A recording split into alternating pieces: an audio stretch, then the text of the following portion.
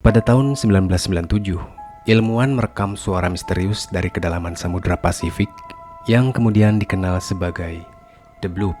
Suara ini begitu kuat, terdengar dari jarak ribuan kilometer, dan para ahli langsung kebingungan.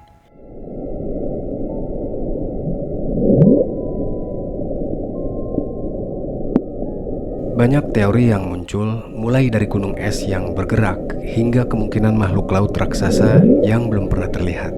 Namun, suara The Bloop tetap menjadi misteri terbesar di lautan.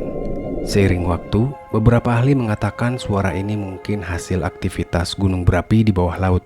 Tapi, bagi yang percaya pada keajaiban, The Bloop menyimpan misteri kehidupan laut yang belum terungkap. Hingga kini, suara aneh ini tetap membingungkan, membiarkan kita bertanya-tanya tentang rahasia yang tersimpan di kedalaman samudra.